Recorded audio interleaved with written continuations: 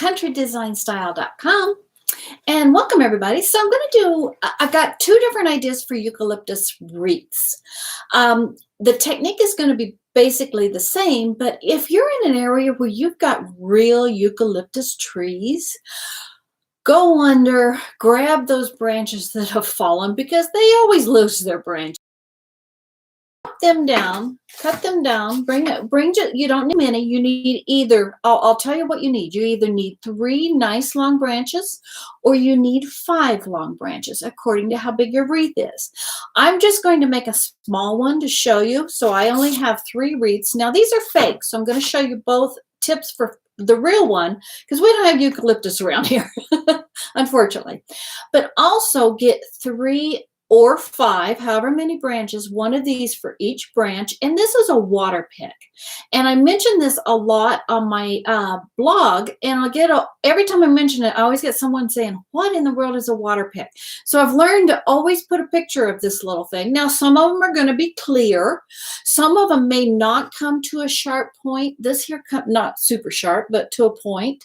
This one happens to. Some of them are just rounded, kind of like a test tube, but they all have some kind of a rubber stopper on the top, and there's a hole in there. Okay, and they can be various sizes. There's big ones or small ones. This is the one that I have.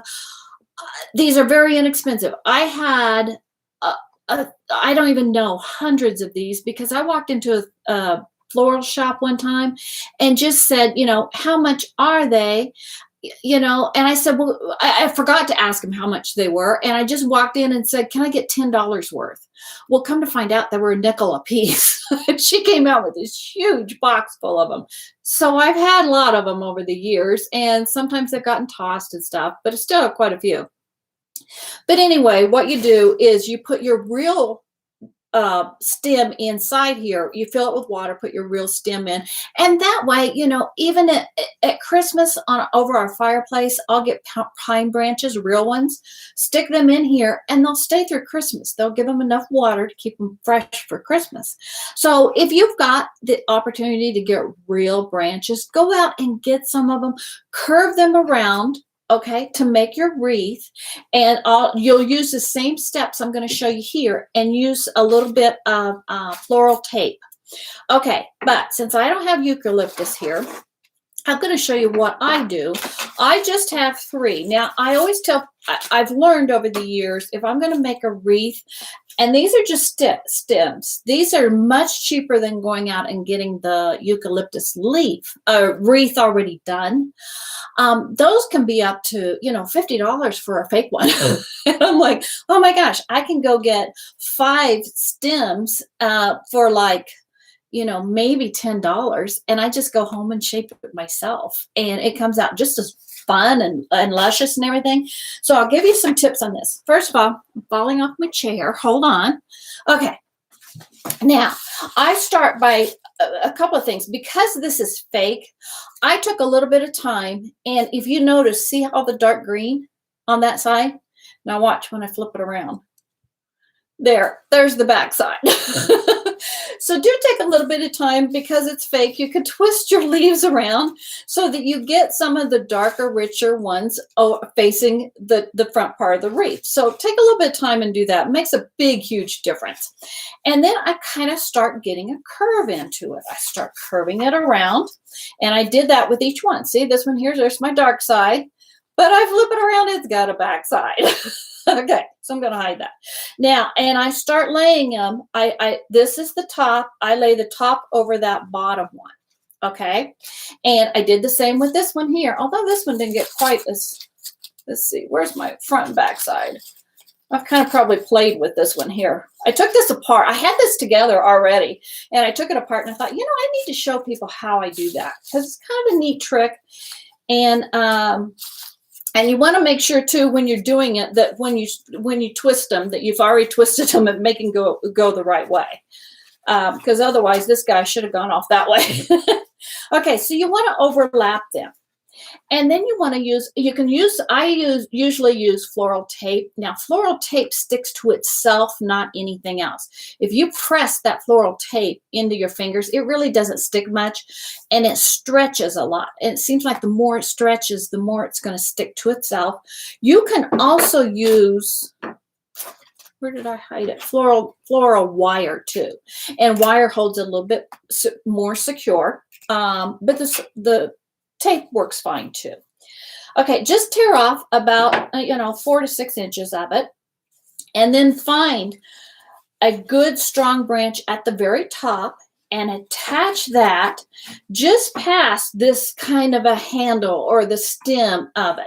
You want to cover that a little bit and just get that in there and find a good strong branch to attach it to. Good strong fake branch, and just take your tape, and I know you can't see that very well there, but just take it and let it wrap around itself several times. I've got way too much than I really need. Let me get that going there. You kind of get it started, and once you get it started, it's a lot easier to wrap, okay? And you just keep wrapping that around, and you don't have to lay it flat, You can just kind of let it be what it's going to be. Just kind of attach that there. I'm not doing a very good job of it, but that happens when I go live. If you've got a little bit of time, work with it. Now that I've got that part attached, I want to go down the handle here on this one and attach it again down here. You want to make sure that all 3 branches are attached in 2 different places, okay? And the reason that I say, do either 3 branches or 5 branches is that I've learned over the years, if I make a wreath, a fake wreath, just using stems, which are a lot cheaper than going and buying that wreath already kind of formed, whether it's fake or real. If I'm going to go ahead and do that, if I use 6, I found that because it's kind of got an even spots, it kind of divides on me. It seems like I've put it together. Whereas if you use an odd number, you kind of lose that division in that wreath, if that makes sense. Because if I'm using 3 here and going up to the top and I've got 3 up here, there's always that division, whether it's going this way or this way. You've always seemed to have that division. Where if you've got 3, you really don't have that break, or 5. Either way. So that's another tip. If it's not working out for you, it might be because you're trying to fight it with, an even number, or 4. 4 will do the same thing. So try to go with an odd number of branches. And as I was doing this and getting this ready and kind of thinking about sharing this with you guys. Now, after you get it attached too, a couple of things. You want to make sure that if anything starts spreading out on you, I haven't got all these on, because this has 3, just let me wrap that around.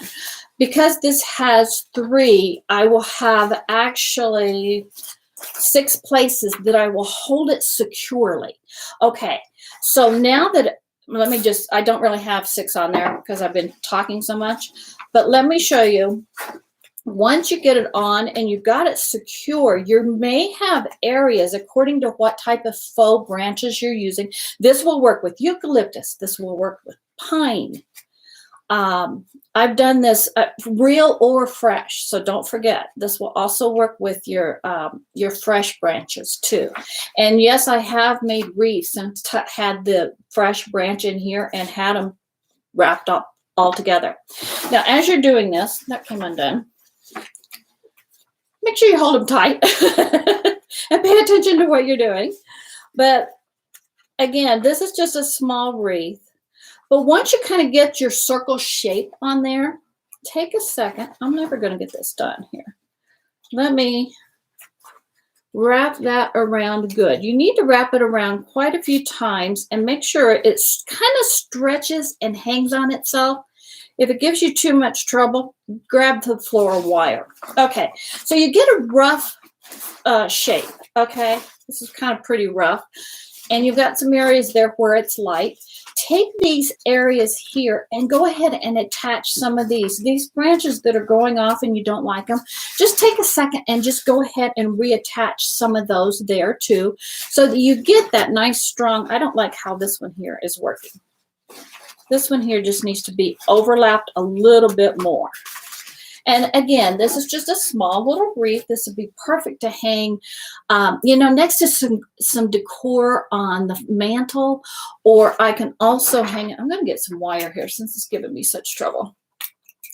Also, another little tip, your floral tape, I don't know how long I've had this, but it does kind of tend to break down after a few years. So do make sure that you've got your tape isn't broken down a little bit, because I think that's what's wrong with that one. That's why it's not really sticking to itself very well. That and the fact that I'm talking. Any questions? Any other tips? Maybe I've left something out. I'm not a floral expert. I am not a garden expert. I cannot grow a plant. Ask Mike. Much to his dismay, he's shocked how poorly I am at gardening. I can usually get a few herbs growing each spring. I put together a little herb garden, but I don't think I'm even going to do it this year, because hopefully we'll get to take a trip soon, an RV trip, and I don't want to worry about the watering of it. So I just kind of, because this is kind of fighting me a little bit, I decided to go ahead and use my floral wire. You can just put it on, twist it. If you don't happen to have floral wire, little twisties, if you've got some of those, as long as you can tuck them in and hide them, that will work too. And just kind of keep working with it till you get it the shape that you want. And you've got a beautiful wreath that only took you a few minutes to make. And like I said, this here is a perfect size wreath to just sit on a shelf. Like I could sit it back on my shelf here next to my signs and just have a wreath that just sits on the shelf. Now, again, this will work for a larger wreath. If you want to make a big wreath, go for 7, you know, go really big. And just kind of just reshape those leaves in there. Do take some time, especially like something like the eucalyptus, where you kind of take these leaves and you twist them, because this is fake. I can take all these leaves that are showing silver, if I want, and twist them around so that they're all the darker leaves, or most all the darker leaves, are showing the dark green instead of the lighter color. So there we go. I'll keep tying up because I am going to use this later today. I've got some pictures that I need to take of some of the other decor, like our little bee here that we made last week. I love this little thing, and I think this thing sitting next to this wreath is going to be adorable. And it hasn't had its beauty picture taken, so I'm going to be doing that this afternoon. So I really wanted to get this wreath in shape so that we'll be ready for our pictures. Thank you guys for watching. If you have any questions or anything, please give me leave it in comments. I'll make sure to pop in and answer any questions that you might have. And please share this. The more that we have around the craft table, the more fun it is. Thank you guys for watching. Have a creative day. Bye, everybody.